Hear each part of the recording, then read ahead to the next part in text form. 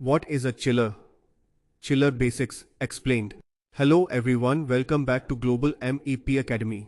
Have you ever wondered how shopping malls, hospitals, airports, and large office buildings stay cool even during the hottest summer days? The answer is a chiller system.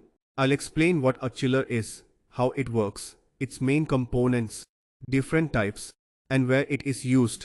So let's get started. A chiller is an HVAC machine that removes heat from water and produces chilled water. This chilled water is circulated through pipes to air handling units, AHUs, or fan coil units, FCUs, which cool the air inside a building.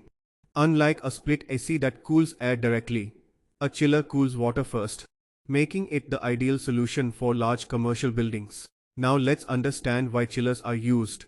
Imagine trying to cool a 30-story office building with hundreds of split air conditioners.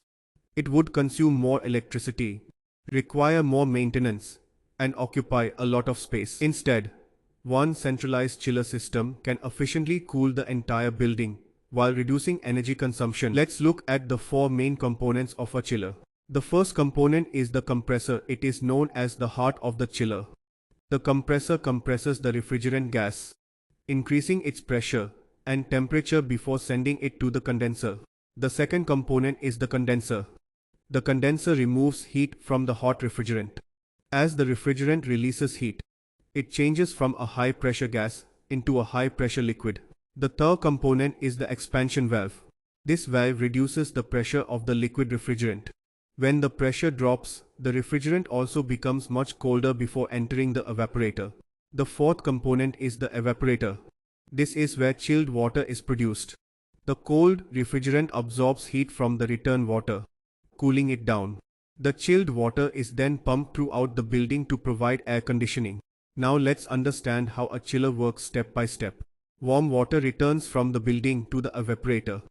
Inside the evaporator, the refrigerant absorbs heat from the water, making the water cold.